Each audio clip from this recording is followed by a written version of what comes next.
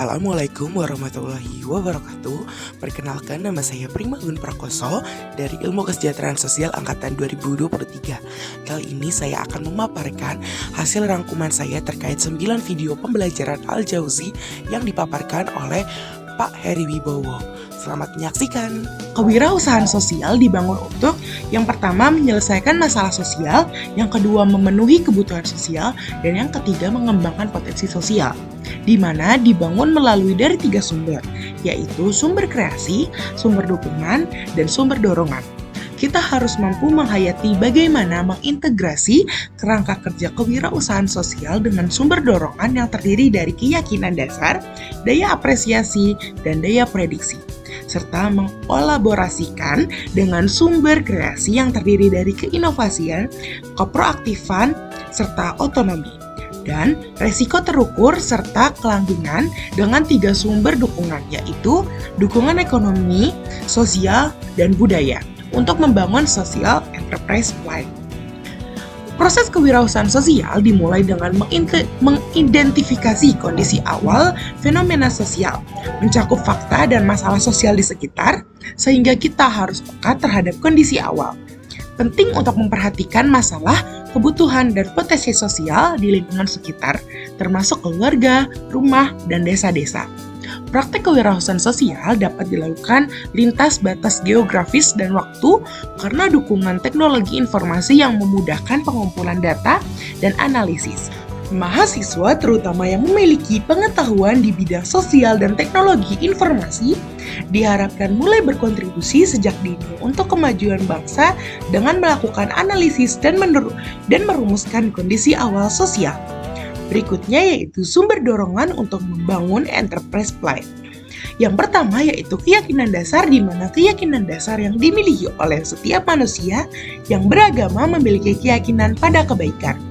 Keyakinan bahwa melakukan kewirausahaan sosial adalah kebaikan yang bernilai dari dimensi agama, di mana mendorong untuk menolong dan membantu orang lain dengan kewirausahaan sosial. Berikutnya yaitu daya prediksi.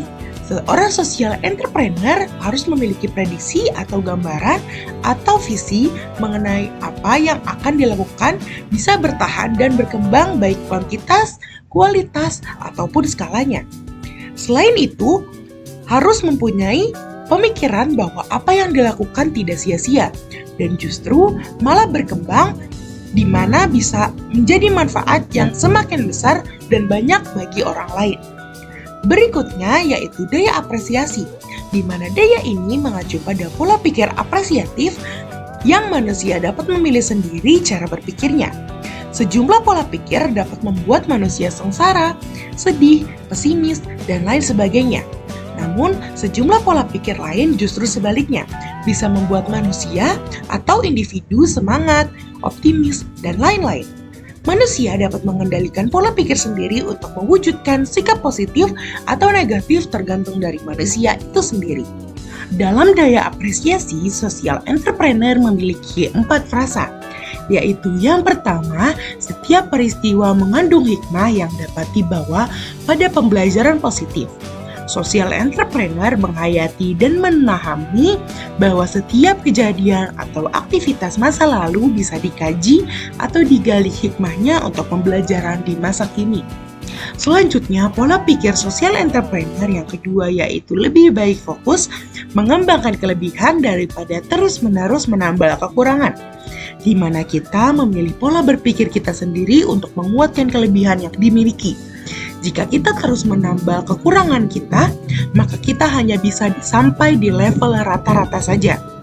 Praktek kewirausahaan sosial bisa berasal dari kelebihan apa yang kita punya, bisa berbasis keberanian seperti menasehati orang lain, berbasis kemanusiaan seperti membantu atas dasar kemanusiaan, berbasis transendensi seperti memperindah kampung, berbasis humor dan spiritualitas seperti memperkuat keyakinan kualitas bahwa yang akan dilakukan nantinya sesuai dengan humor atau spiritualitas. Berbasis kekuatan pribadi seperti edukasi kekuatan masyarakat, berbasis keadilan seperti mengatasi ketidakadilan, yang terakhir yaitu berbasis wisdom atau knowledge seperti akses edukasi masyarakat.